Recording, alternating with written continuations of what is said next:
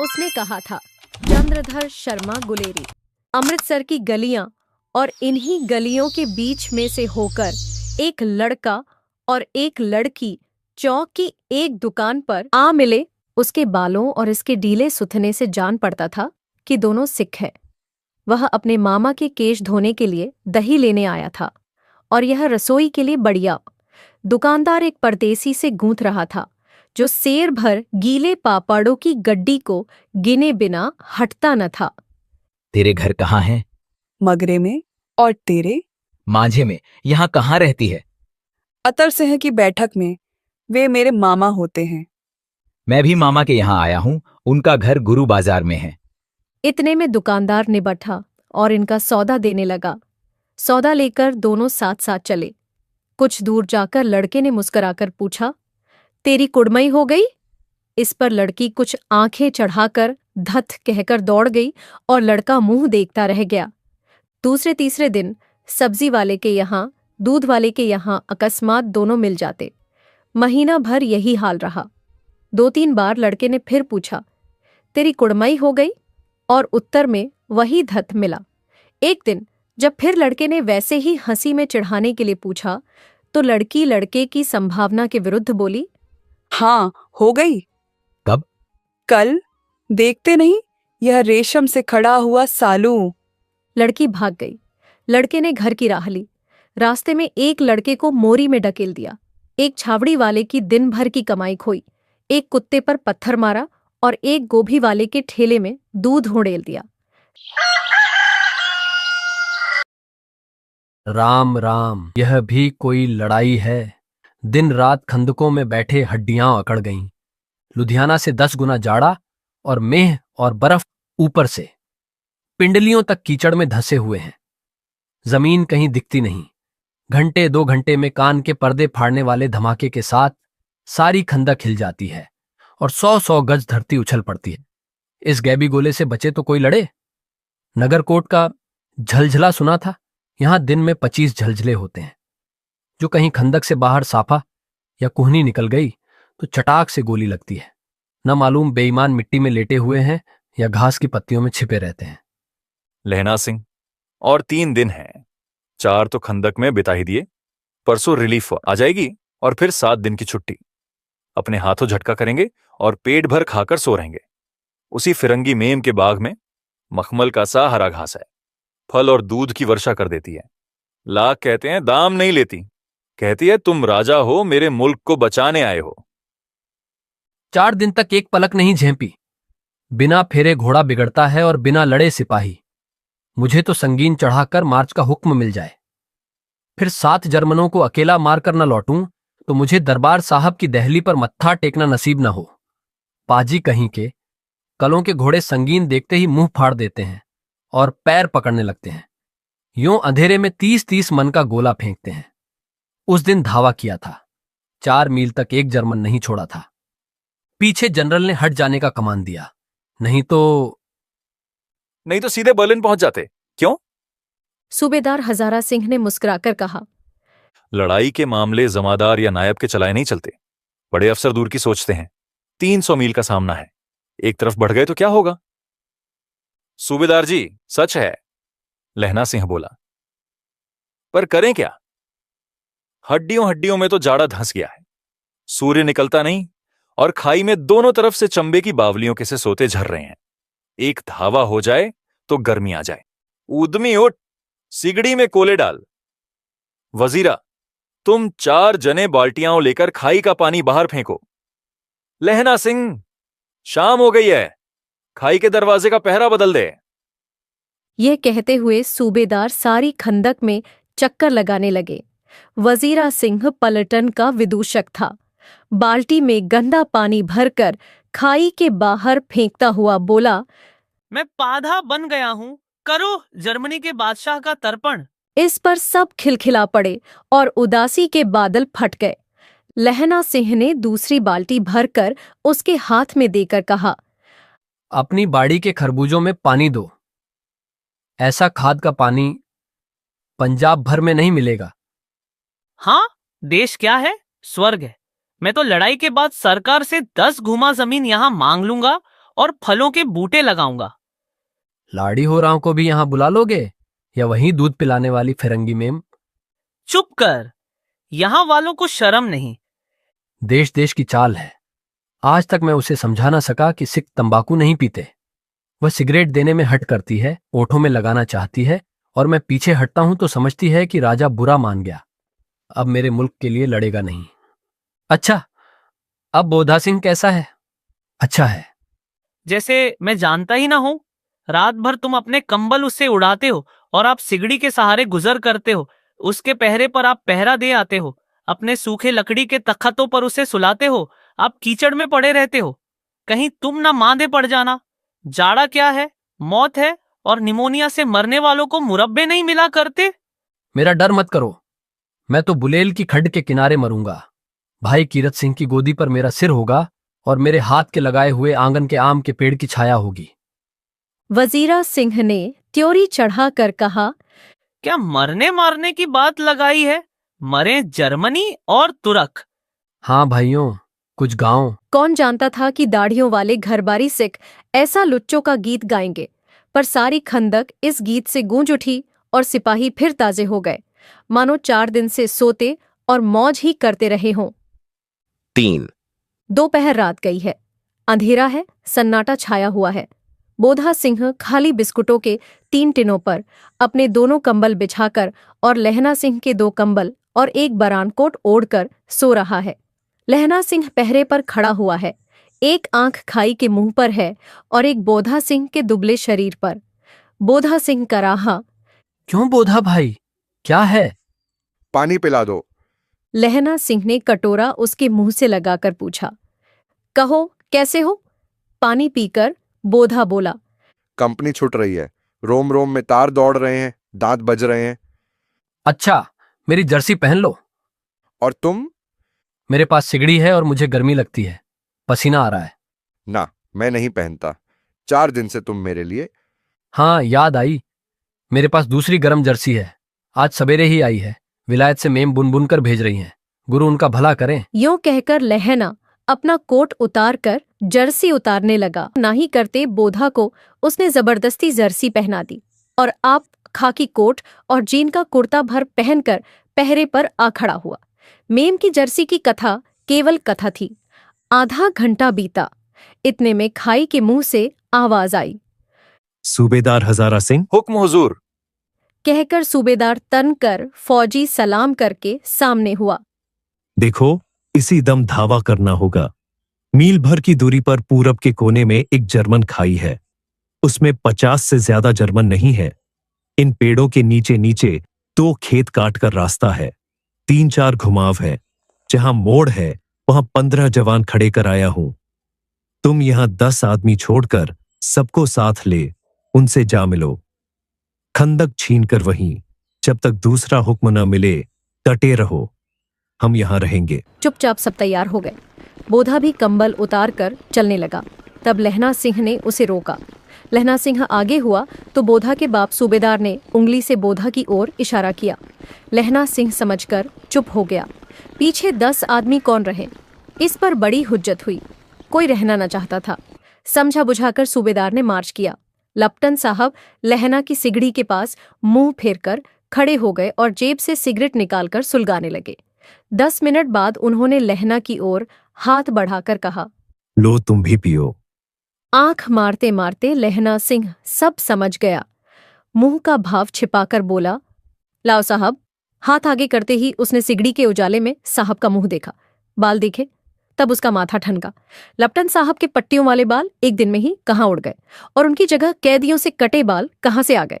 शायद साहब शराब पिए हुए हैं और उन्हें बाल कटवाने का मौका मिल गया है। लहना सिंह ने जांचना चाहा। लपाटन साहब 5 वर्ष से उसकी रेजिमेंट में थे। क्यों साहब, हम लोग हिंदुस्तान कब जाएंगे? लड़ाई खत्म होने पर। क्यों, क्या यह देश पसंद नहीं? नहीं साहब, शिकार के वे मजे यहां कहां। याद है, पार साल नकली लड़ाई के पीछे हम आप जगाधरी जिले में शिकार करने गए थे। हाँ, वहीं जब आप खोते पर सवार थे और आपका खानसामा अब्दुल्ला रास्ते के एक मंदिर में जल चढ़ाने को रह गया था। सामने से वह नीलगाय निकली कि ऐसी बड़ी मैंने कभी ना देखी थी, और आपकी एक गोली कंधे में लगी और पुट्ठे में निकली। ऐसे अफसर के साथ शिकार खेलने में मजा है। क्यों साहब, शिमले से तैयार होकर उस नीलगाय का सिर आ गया था ना? आपने कहा था कि रेजिमेंट की मैस में लगाएंगे।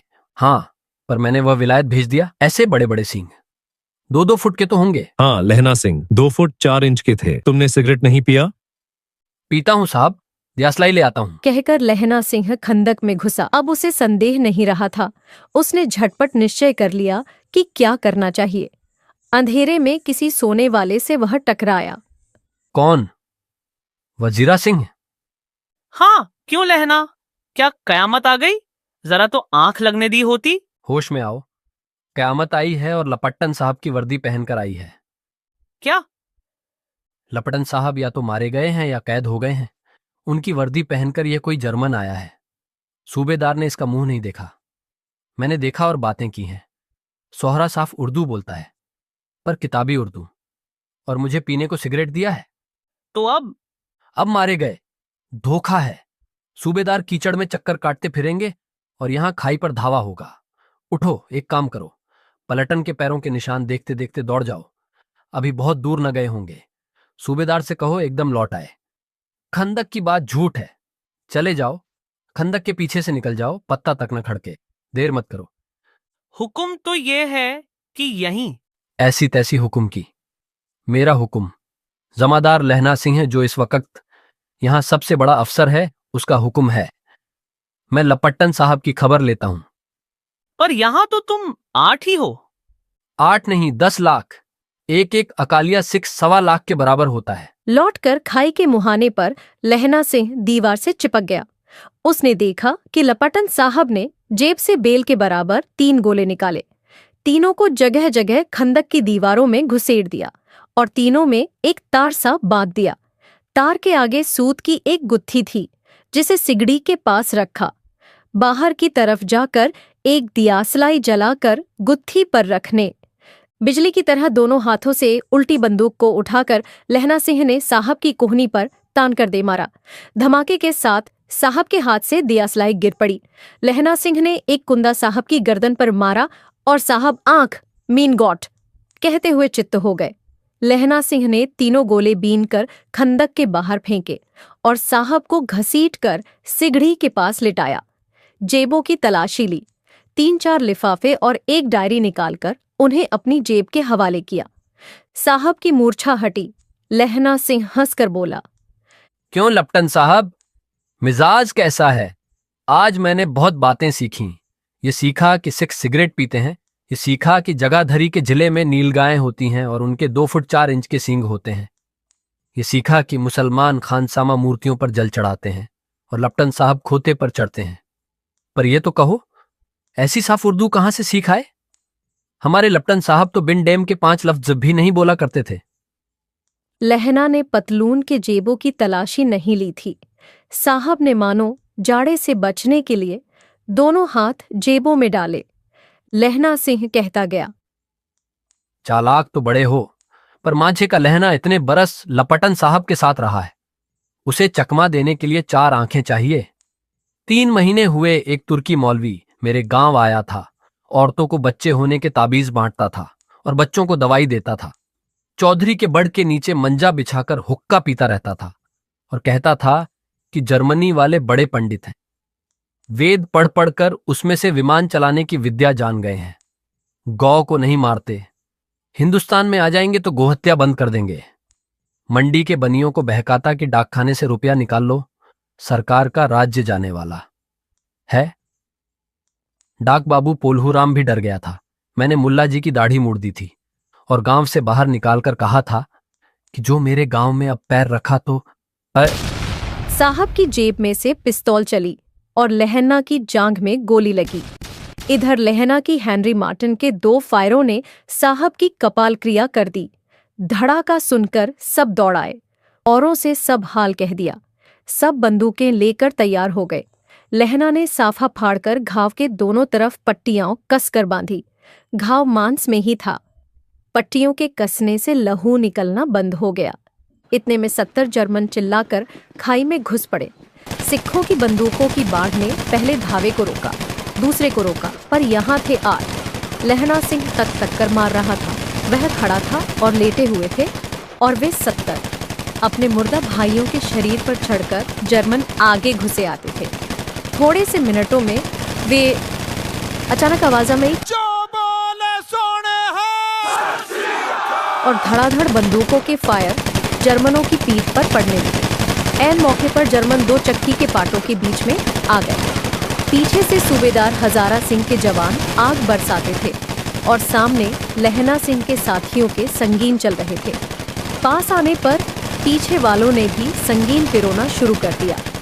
एक किलकारी और अकाल सिखाम दी फौज आई।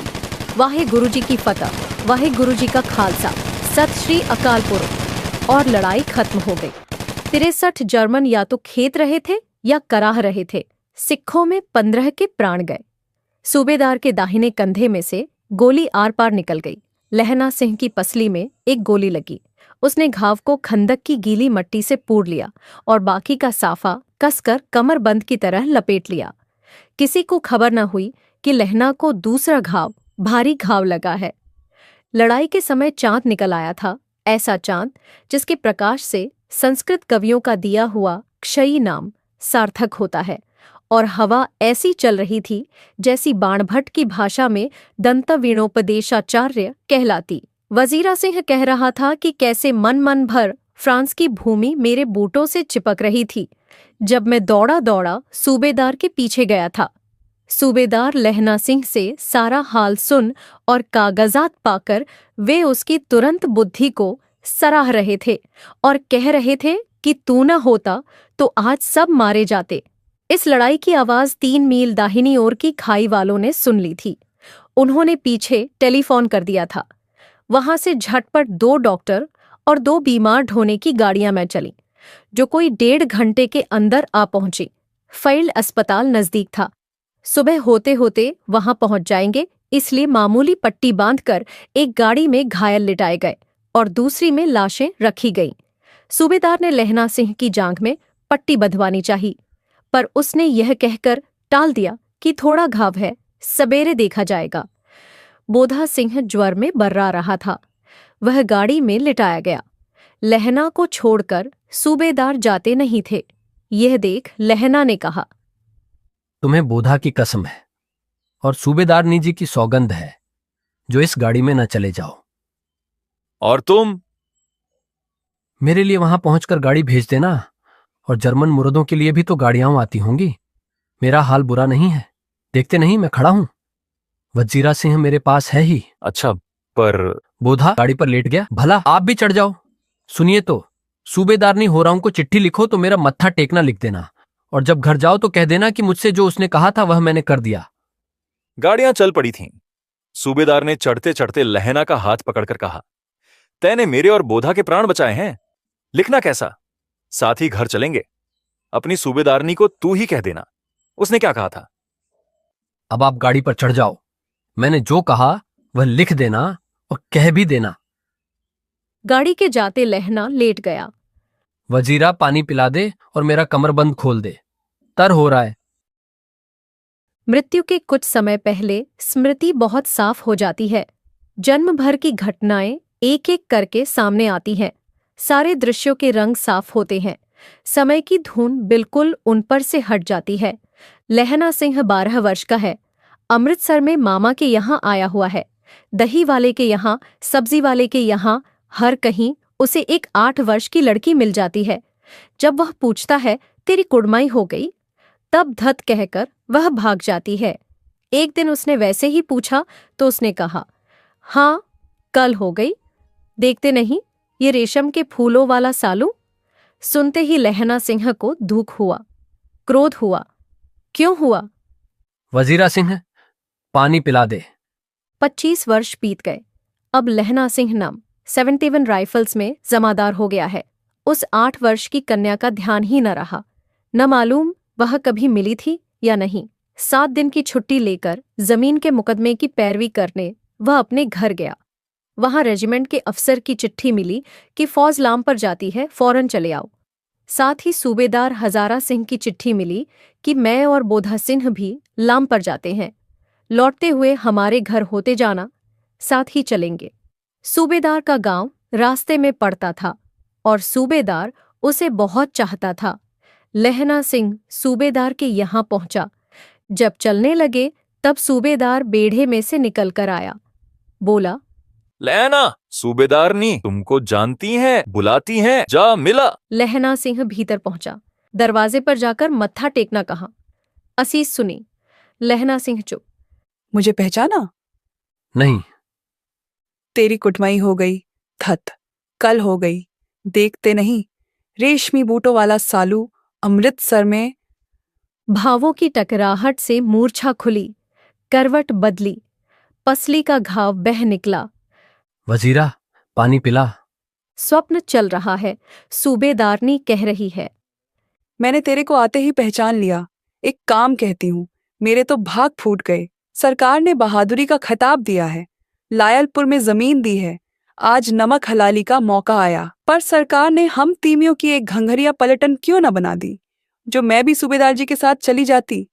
एक बेटा है, फौज में भर्ती हुए उसे 1 ही बरस हुआ। उसके पीछे 4 और हुए, पर एक भी नहीं जिया। सूबेदारनी रोने लगी। अब दोनों जाते हैं। मेरे भाग, तुम्हें याद है, एक दिन तांगे वाले का घोड़ा दही वाले की दुकान के पास बिगड़ गया था। तुमने उस दिन मेरे प्राण बचाए थे। आप घोड़े की लातों में चले गए थे और मुझे उठाकर दुकान के तख्ते पर खड़ा कर दिया था।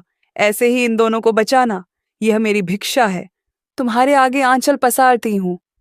रोती रोती सूबेदारनी ओबरी में चली गई। लहना भी आंसू पोंछता हुआ बाहर आया। वजीरा सिंह, पानी पिला, उसने कहा था। लहना का सिर अपनी गोद में लिटाए वजीरा सिंह बैठा है।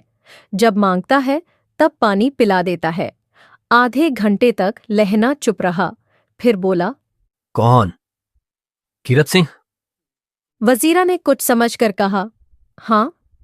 भैया, मुझे और ऊंचा कर ले, अपने पट्टे पर मेरा सिर रख ले। अब के हाड़ में ये आम खूब फलेगा। चचा भतीजा दोनों यहीं बैठकर आम खाना। जितना बड़ा तेरा भतीजा है उतना ही ये आम है।